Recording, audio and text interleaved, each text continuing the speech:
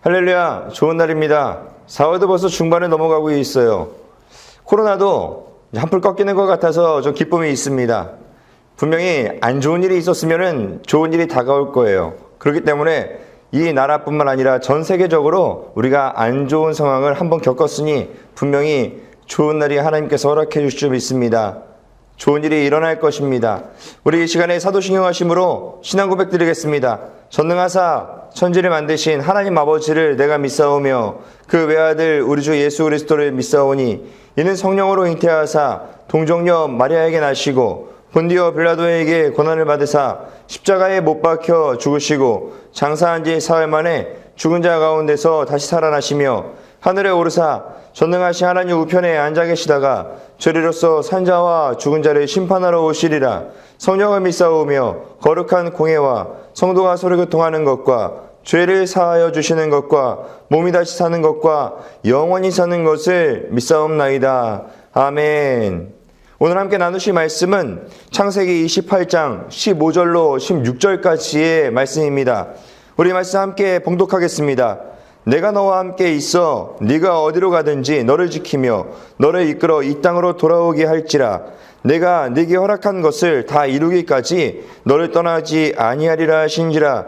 야곱이 잠이 깨어 이르되 여호와께서 과연 여기 계시거늘 내가 알지 못하였도다. 아멘. 저는 오늘 이 말씀을 통하여서 하나님 아버지라는 제목으로 말씀을 나누기 원합니다. 행복을 찾아서라는 영화가 있습니다. 그 영화를 보면은 우리의 일상생활 속에서 우리가 공감할 수 있는 부분들이 있습니다. 영화의 주인공은요, 한 가정의 가장입니다. 아내가 있고요, 어린 아들이 있어요. 좀 잘 살아보겠다 싶어서 열심히 살아보기 위해 사업을 하나 시작합니다. 그 사업은 의료기계를 싼 가격에 좀 들여와서 그 의료기계를 가지고 의사에게 영업을 해서 좀 비싼 가격에 팔아 그리고 수익을 내는 그러한 사업이었어요. 즉 자기가 가지고 있었던 그 전 재산을 다 투자해서 의료기계를 많이 사드립니다. 처음에 너무나 기뻐해요. 아, 이걸로 우리 부자 될 수 있겠다, 우리 잘 될 수 있겠다, 뭐 이런 생각으로 막 사드립니다. 그리고 나서 이제 판매를 하기 시작하는데 처음에는 잘 팔리는가 싶더니 금방 그것보다 더 좋은 기계가 나오기 시작하는 거예요. 그러다 보니까 이 기계가 안 팔리는 거죠. 결국에는 기계를 계속해서 팔려고 하지만 한 달에 두 대 정도는 팔아야 그래야 생활비와 그 다음에 공과금을 낼 수 있는 돈, 그리고 집세를 낼 수 있는 돈이 생기는데 그거를 감당하지 못하는 거죠. 결국에는 아내가 이 노동을 하기 시작합니다. 그리고 야간업을 계속하는 거예요. 어쩔 수 없이 계속 야근을 하고, 그리고 어쩔 수 없이 계속 일하고 녹초가 되는 이 아내를 볼 수가 있습니다. 아내가 참다 못해서 남편에게 이별 통보를 하고 이혼하게 됩니다. 그리고 이 아버지는요, 어린 아들을 데리고 살아가게 돼요. 근데 안 좋은 일은, 좋은 일도 마찬가지겠지만 안 좋은 일이나 좋은 일이나 한번 다가오기 시작하면은 한꺼번에 몰려다가오는 것처럼 우리가 느낄 때가 있습니다. 이 주인공도 마찬가지였어요. 한꺼번에 안 좋은 일들이 몰려오는 거예요. 이혼한 지 얼마 되지도 않았는데 이제 밀린 집세를 다 내라 라는 요청이 온 거죠. 집주인이 그렇게 얘기하면서 이걸 못 내기 시에는 당장 내일이라도 짐을 빼라 라고 얘기하는 거예요. 그래서 결국에는 주인공은 어린 아들과 쫓겨납니다. 이 쫓겨날 때 얼마나 마음이 힘들겠어요. 그리고 알아보니까 노숙자들이나 숙식이 없는 곳에 무료로 숙식해주는 제공하는 그런 곳이 있다고 이야기를 듣고 그곳으로 향합니다. 그곳에 갔더니 줄이 긴 거예요. 그곳은요, 한정되어 있는 숙식 제공이 있기 때문에 몇 명까지만 일하는 어떤 선착순을 정해놓은 거죠. 다행히도 주인공이 마지막 선착순에 들어갑니다. 그래서 아들을 재우고 본인도 자려고 하는데 그 잠이 오겠어요. 오늘 자고 나서 내일 또 나가야 돼요. 나가서 열심히 일하다가 그리고 다시 줄을 서서 선착순에 또 들어야 됩니다. 그러다가 알게 된 게 있는데 바로 그게 증권가입니다. 증권가는 어떻게 들어가면 될까 알아보다가 증권가에 이력서를 내게 되고, 그리고 6개월간의 인턴 과정을 거치는 그 교육 과정을 거치는 거예요. 그 교육 과정에서 6개월간의 교육 과정을 통과 못하면 집으로 그냥 가야 되는 겁니다. 말이 인턴이지 합격을 하라는 거예요. 그 합격 조건은 그렇습니다. 20명의 인턴이 있는데 그 20명 중에 한 명만 뽑는다라는 거예요. 1등을 해야 되는 거예요. 아이는 유치원에 맡겨놓고 그리고 열심히 일을 합니다. 그리고 끝나자마자 달려가서 아이를 유치원에서 데려다가 그리고 무료 숙식하는 곳에 가서 그리고 줄 서고 선착순에 들어서 겨우 잠을 자고 잠을 재워놓고 자기는 공부를 해야 되기 때문에 또 주식에 대한 공부를 합니다. 그 공부를 하고 또다시 아침에 일어나서 아이를 유치원에 데려다 주고 본인은 출근을 하고 열심히 일을 하다가 그리고 끝나고 나면은 또다시 아이를 데리고 무료 숙식 장소에 가서 줄을 서서 그 등수에 들어야 되는 거. 얼마나 치열해요. 이 6개월의 과정을 지나갑니다. 그래도 주인공에게는요, 꿈이 생겼어요. 결국에는요, 6개월 동안 그 주인공은요, 그 마음 때문에 소망이 생겼기 때문에 즐거움으로 감당하는 걸 볼 수가 있어요. 행복해 합니다. 그리고 목표가 생겼기 때문에 괜찮다. 이제는 난 더 참을 수 있어. 이것도 할 수 있어. 라는 자신감도 생겨갑니다. 6개월이 되던 날, 마지막 날 합격을 하게 돼요. 그리고 정식 사원이 됩니다. 그러면서 영화가 막을 내려요. 이 영화는요, 크리스 가르너라는 그 인물의 인생을 그려놓은 영화예요. 실화라는 거죠. 그 인생이 이랬다라는 겁니다.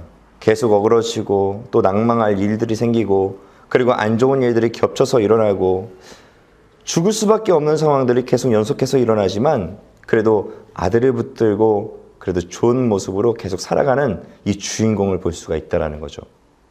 이 아들은요, 분명히 잘 됐을 겁니다.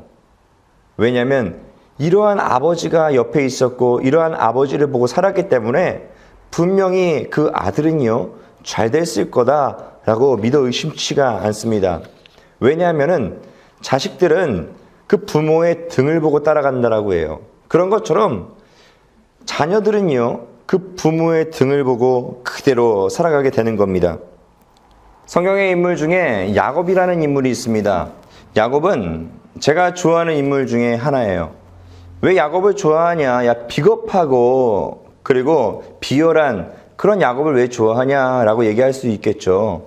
왜냐하면은 사람 냄새가 나고 그리고 인간적이기 때문에 좋아합니다. 그리고 야곱이 저보다 나아요. 그렇기 때문에 더 좋아요. 이 야곱이라는 인물을 살펴보면요, 이렇습니다. 야곱은 쌍둥이로 태어나지만 둘째로 태어납니다. 쌍둥이 에서라는 사람이 먼저 태어나고 그리고 그의 발목을 잡고 야곱이라는 사람이 따라서 나오는 걸 볼 수가 있어요. 그래서 결국에는 야곱은 둘째로 태어나는 걸 볼 수가 있습니다. 야곱이라는 사람은요, 좀 야비한 심성을 갖고 있고 그리고 욕심이 많은 사람으로 비춰져요. 하지만 육체적으로는 아주 약합니다. 근데 반면 이 첫째인 형 에서는 육체적으로 아주 강하고 섬세한 부분이 없어요. 그냥 남자 중에 남자, 사냥도 잘하고 이 당시에로서는 뭐 가장 좋은 여건을 갖고 있는 사람이 바로 에서죠. 야곱이 이 장자권이라는 게 너무나 갖고 싶은 거예요. 거기에 욕심이 들어오기 시작합니다. 장자라는 그 사람은 바꿀 수가 없는 거잖아요. 둘째로 태어났으면 끝까지 둘째고 죽는 날까지 둘째지 첫째가 될 수 없는 건데 이 바꿀 수 없는 거에 대해서 욕심을 내기 시작하는 거죠.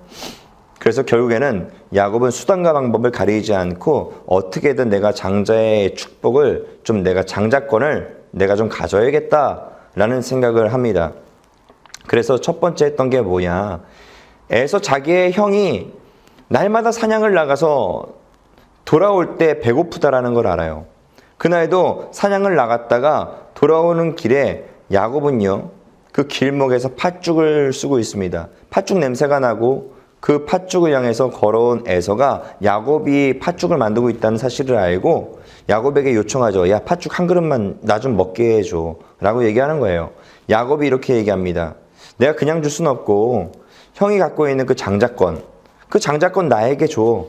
그렇게 나에게 구두로 계약을 하자. 그러면 내가 이 팥죽 주겠다라는 거죠. 그때 에서가요, 이 장자권에 대해서 아주 가볍게 여기고 얘기합니다. 야, 내가 죽게 생겼는데 지금 장자권이 뭐가 중요하냐. 야, 너 가져. 장자권 지금 눈에 보이지도 않고 너 가져. 내에게 팥죽 줘. 그러면서 팥죽을 먹는 에서가 나오죠. 그렇게 야곱은요, 자기의 속내를 드러내지 않고 얼렁뚱땅 그렇게 장자권이라는 그거를 가져오게 됩니다. 이 모든 것들을 하나님이 들으셨죠. 아무도 몰라도 에서와 야곱과 하나님은 아신다라는 거예요. 그리고 시간이 좀 지나서 아버지가 노쇠하고 이제 곧 있으면은 내가 곧 있으면 죽겠다 싶으니 아버지가 마지막으로 에서에게 얘기합니다. 에서야, 내가 죽을 날이 얼마 남지 않았으니 내가 좋아하는 요리를 만들어서 좀 가져오렴. 그럼 내가 그걸 먹고 너에게 장자의 축복을 부어주겠다 라고 얘기를 해요. 그래서 에서는 아버지가 좋아하는 요리를 만들기 위해서 사냥하러 나갑니다. 그런데 그 사이에 어머니가 야곱을 불러요. 야곱을 불러서 에서처럼 에서의 옷을 입혀서 에서의 냄새가 나게 하고, 그리고 에서의 팔에 나 있는 그 털처럼 가축의 털을 여기다 붙이고 여기저기다 붙여서 어딜 만지던 에서처럼 여길 수 있도록 그렇게 변장을 시키고, 그리고 좋아하는 요리를 만들어서 야곱에게 들려 보냅니다. 그리고 야곱은요, 들어가서 에서인 척해서 장자의 축복을 받는 걸 볼 수가 있어요. 근데 이 장자의 축복이라는 게 무엇이냐? 그냥 기도예요. 안수기도 받는 겁니다. 우리 이런 거 있잖아요. 목사님들이 아니면 주회종들이 머리에 손을 얹고 기도하죠. 하나님, 우리 이분 하나님께서 축복해 주시옵소서. 하나님께서 어디를 가든지 축복의 통로가 되어주게 하시고 형통하게 하시고, 그리고 지혜를 하나님께서 마음껏 부으셔서 하나님의 축복이 날마다 일어나는 그런 분 되게 하여 주옵소서 라면서 우리 축복을 빌어주는 것, 그게 바로 장자의 축복입니다. 이 장자의 축복 가지려고 여러 가지 수를 쓴 거예요. 장자의 축복에 대해서, 이 하나님의 축복에 대해서 귀하게 여기지 않고 값어치 없게 보는 분들은 이해를 할 수 없겠죠. 하지만 야곱은 하나님의 축복이 얼마나 귀했는지, 얼마나 그게 갖고 싶은지, 다른 거 다 갖고 싶지 않은데 에서의 힘도 필요 없고 에서가 갖고 있는 그 어떤 것도 필요 없는데 딱 한 가지만 갖고 싶었던 거, 바로 하나님의 그 축복, 장자에게만 해준다는 그 하나님의 축복, 그 하나님의 축복이 너무나 갖고 싶은 겁니다. 여러분들 이해가 되시나요? 이해가 되신다면 하나님의 축복을 귀하게 여긴다라는 걸 믿습니다. 그렇게 얻은 장자의 축복을 가지고 좋은 일이 일어나야 될 텐데 에서가 이 사실을 알게 되죠. 그래서 너무나 화가 나고 분노가 일어서 이렇게 다짐합니다. 아버지가 돌아가실 날이 이제 얼마 남지 않았으니 돌아가시고 나면 야곱, 너를 내가 죽여야겠다 라고 다짐을 해요. 그 다짐하는 거를 어머니가 보고 야곱을 준비시켜서 삼촌 라반이라는 사람의 집으로 보냅니다. 그 길이 멀었죠.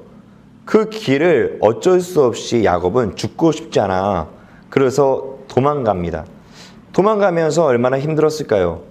와, 내가 하나님의 축복을 받고 이제는 좋을 줄 알았는데 그게 아니구나. 이제 고생이 왜 시작되었지?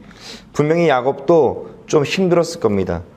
야, 이게 하나님의 축복을 나는 분명히 받았다라고 생각했고 하나님의 축복이 일어날 줄 알았는데, 저 기도를 받으면 뭔가 변화가 일어날 줄 알았는데 전혀 아무런 일도 일어나지 않고 오히려 고생길이 펼쳐지니 이건 뭐냐? 라는 생각을 할 수가 있다는 거죠. 야곱은 그렇게 길을 떠났는데 그날 날이 다 되고 밤이 되었습니다. 근데 지금 걸어가고 있는 곳은 광야예요. 잘 곳도 없고 어떻게 해야 될 것도 없는 거죠.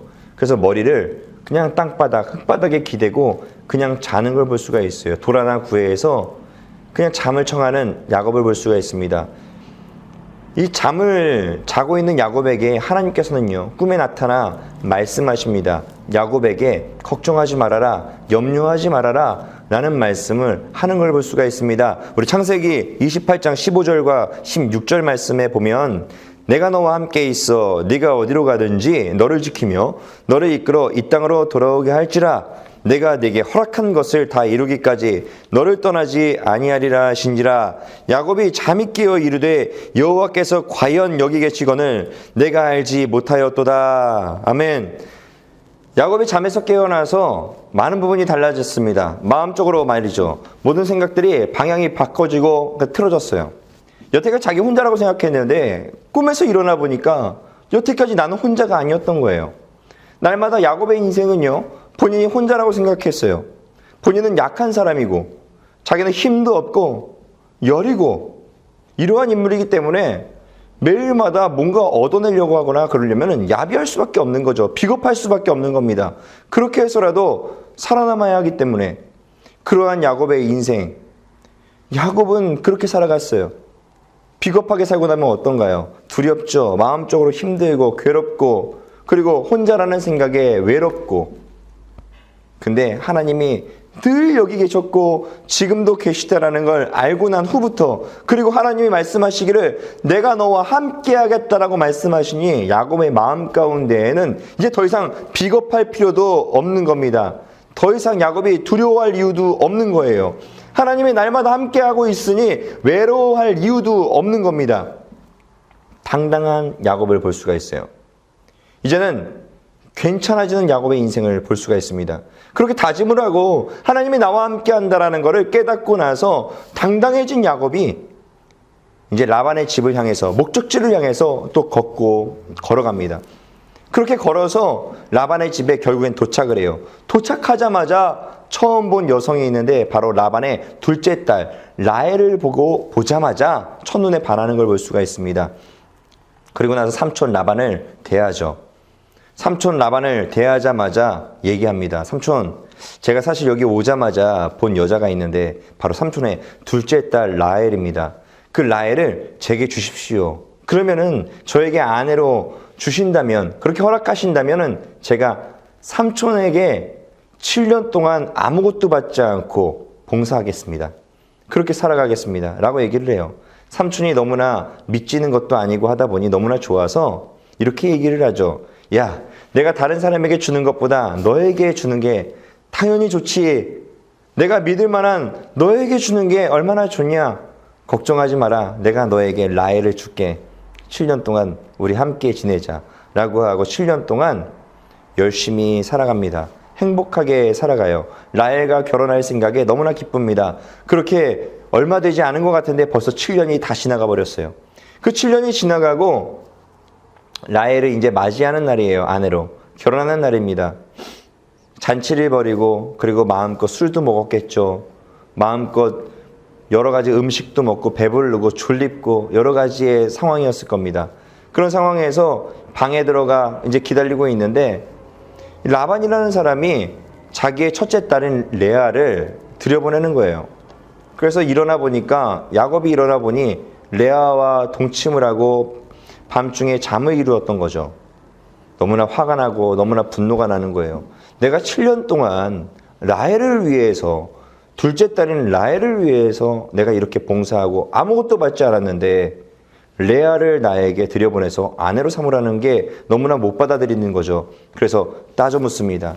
그랬더니 삼촌이 이렇게 얘기를 해요. 야, 우리 문화 중에 우리가 어떻게 첫째 딸 먼저 가기 전에 둘째 딸을 보내는 건 우리 지금 말이 안 된다. 이거는 가정이 그렇게 이루어지면 안 되는 거야. 나는 먼저 첫째 딸을 먼저 보내야 되고 그 다음에 둘째 딸을 보내야 되는 그런 우리의 관습이 있지 않니? 그러니까 좀 이해 좀 해줘. 그러면서 한 가지 더 요청합니다. 네가 7년을 더 봉사해. 그러면은 내가 그걸 약속하면 라헬을 7일 뒤에 너에게 아내로 삼게 해줄게. 그래서 라헬을 너무나 사랑한 이 야곱이요, 라헬을 위해서 7년 동안 봉사하기로 약속을 합니다. 그렇게 해서 14년 동안 봉사하고 아무것도 받지 못하는 야곱을 볼 수가 있어요. 가정을 꾸리고 아이들은 많이 태어났는데 14년 후에 아무것도 가진 게 없는 거죠.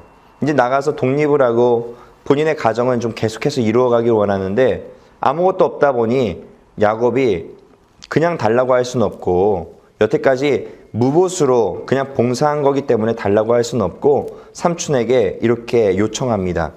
창세기 30장 32절로 33절 말씀에 오늘 내가 외삼촌의 양떼에 두루다니며 그 양 중에 아롱진 것과 점 있는 것과 검은 것을 가려내며 또 염소 중에 점 있는 것과 아롱진 것을 가려내리니 이 같은 것이 내 품삯이 되리이다.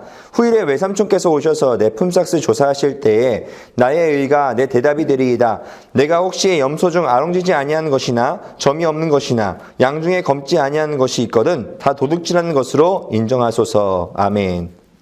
사실 이건 말도 안 되는 제안입니다. 어떻게 양이나 염소가 가축들이 어떻게 점박이가 있고 어떻게 알록달록한 아롱진 것들이 그렇게 나을 수 있겠어요? 간혹 가다가 뭐 한 마리 정도 나올 수 있지 않을까 싶어요.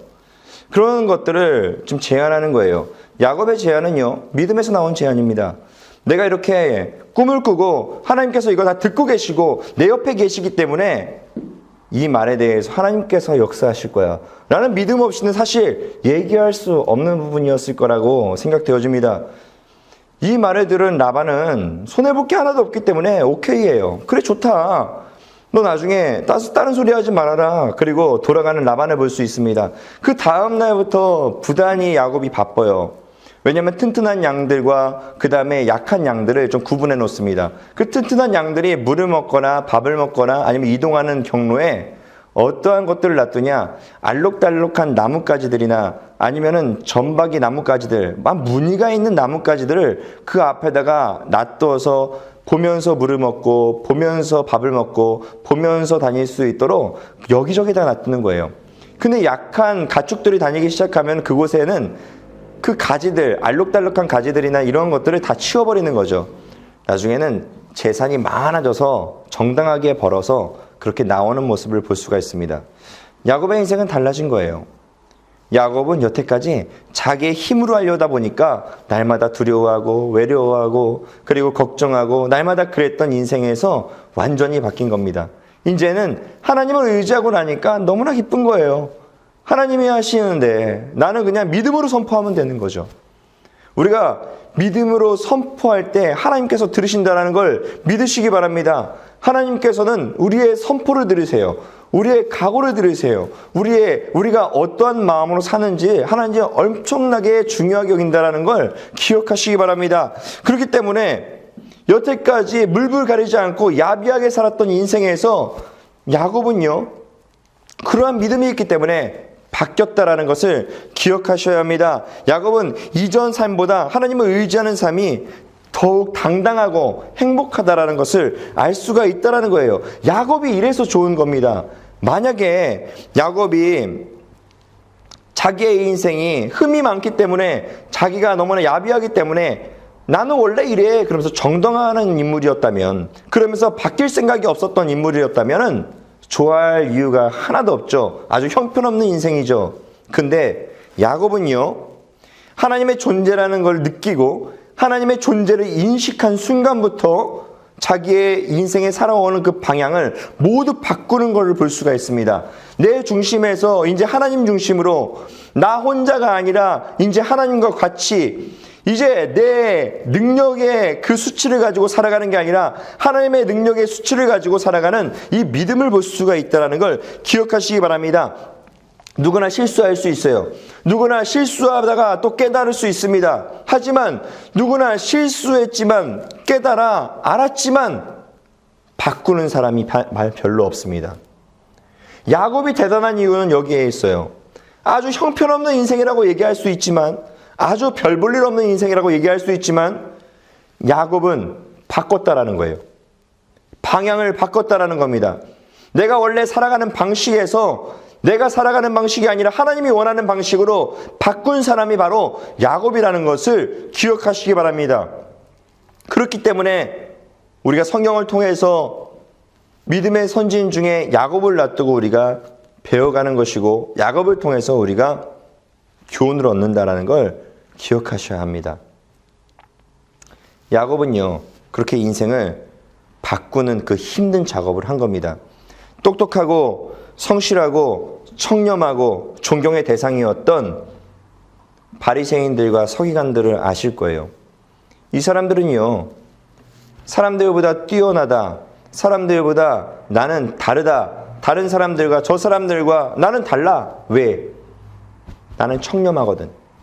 나는 대단하거든. 나는 지식이 있는 사람이야. 내 학벌이 얼만큼인 줄 아니? 내가 지금 가지고 있는 재산이 얼만큼인지 알아. 난 귀족이야. 이러한 개념으로 살아가는 바리새인들과 서기관들이 있습니다. 세상을 살아가다 보면은 이러한 사람들이 별로 좋지 않습니다. 그냥 싫습니다. 어떤 사람이냐? 있는 척, 아는 척, 잘난 척, 이 척하는 사람들 별로 그렇게 좋지 않습니다. 그러한 부류들이 바로 바리새인들, 그 다음에 서기관들이었어요. 얼마나 이 사람들이 변하지 않는지 몰라요. 왜냐? 본인들은 남들보다 뛰어나다라는 우월감을 갖고 있기 때문에 바꿀 마음이 없는 겁니다. 자신들이 기준이고 자신들이 법이고 자신들이 잘하는 어떤 표본이라고 생각하기 때문에 절대 바뀔 수가 없는 거죠. 본인들이 볼 수도 없고 사람들이 본인들을 어떻게 쳐다보고 있는지도 모릅니다. 그러한 인생이었다면 야곱처럼 절대 그렇게 살 수 없어요. 야곱이 왜 좋으냐? 야곱은요, 자기의 연약함, 자기의 부족함, 자기가 잘못하는 것, 그 모든 것들을 알고 있었기 때문에 하나님을 인지하고 나서부터는 하나님 기준으로, 하나님의 기준이 되는 인생으로 바꿔서 살아갈 수 있었다라는 걸 우리는 기억해야 합니다. 이게 얼마나 멋져요. 우리의 인생이 잘났다. 나는 다른 사람들보다 우월해. 참 불행하다라고 저는 생각되어집니다. 그런 사람들 없을 거라고 생각되어져요. 근데 왜 바리새인들과 서기관들이 그렇게 살아가냐? 왜냐하면 그들의 부모들이 그렇기 때문에 그렇습니다. 자식은 부모의 등을 보고 따라가는 겁니다. 저는 사춘기 시절 이런 말을 들은 적이 있습니다. 제가 무례하게 행동을 하거나 아니면 잘못을 저질렀기 때문에 이런 말을 들은 거예요. 뭐냐? 네 집 자식이냐? 너 아버지 뭐 하시냐? 이러면서 좀 흉을 보는 거죠. 부모님의 흉을 보는 겁니다. 제가 잘못했기 때문에. 그때는요, 어려서 그런지 그냥 화만 나고 이해할 마음도 없었습니다. 그냥 화만 났죠. 근데 지금 시간이 이렇게 지나고 나서 저는요, 그 말에 동의합니다. 그리고 그 말이 맞다라고 생각이 돼요. 왜냐하면은 늘 보고 자라는 게 바로 부모님이고 늘 보고 자라고 늘 함께 있는 게 부모님이기 때문에 부모님이 잘하건 못하건 어떻건 부모님을 따라가는 게 당연하다라는 거죠. 그렇다면은 우리 성경에서 이야기해 주고 있는 아브라함, 이삭, 야곱, 모세, 할 것 없이 여호수아 너무나 많죠. 예레미야, 이사야, 엘리야 너무나 많습니다.